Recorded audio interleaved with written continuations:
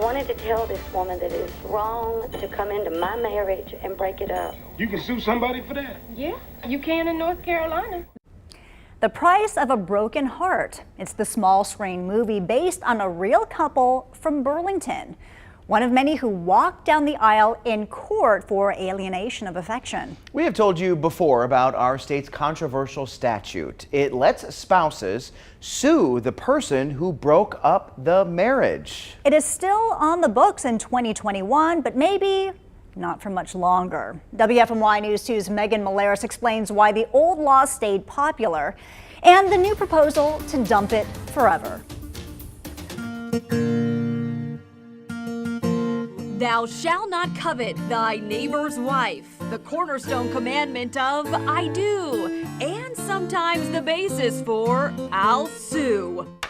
I have so many cases that have come my way since we last spoke that it has surprised me. We first sat down with Forsyth County trial attorney Scott Smith a couple years ago, shortly after an appeals court upheld his client's high-profile case for alienation of affection. One of my arguments was, just because we don't like something doesn't mean it's unconstitutional. North Carolina is one of only 6 states, plus Puerto Rico, where alienation of affection is still legal. A spouse can sue any person they believe alienated the happy marriage. So some scholars call it a mother-in-law suit, because indeed an in-law can get involved in a marriage. Family law attorney Jessica Culver feels the law's origin is antiquated. This comes from the same dogma that created the idea that wives are their husband's property. Alienation of affection dates back to Old English law. North Carolina first recognized it in Barbie versus Armstead in 1849.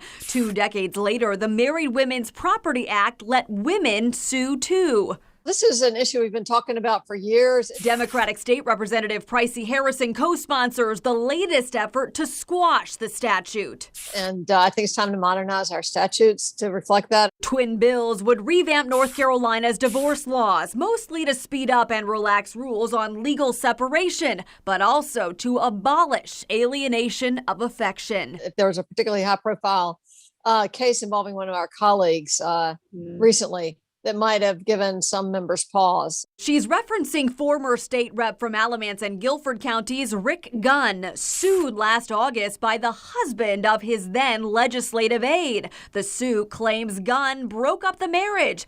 Gunn's attorney couldn't comment on the open case, but said, quote, it'll be dismissed in the near future. Some cases settle based on just threats of litigation, but I will tell you the number of calls I get per week staggering and phenomenal. Yet while money can mediate, can it mend misery? Can it fix a broken heart?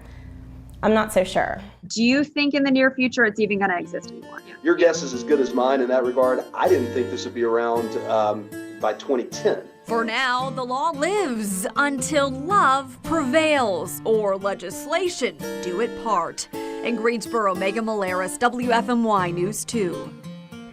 The proposals do more than just get rid of alienation of affection. They loosen divorce rules as well. In general, they would shorten the legal separation period from 1 year to 6 months.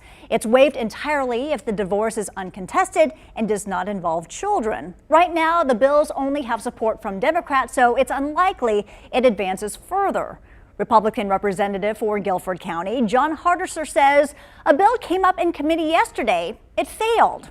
He wrote, I was the only Republican to vote in favor of the bill in committee. It likely won't resurface again this session.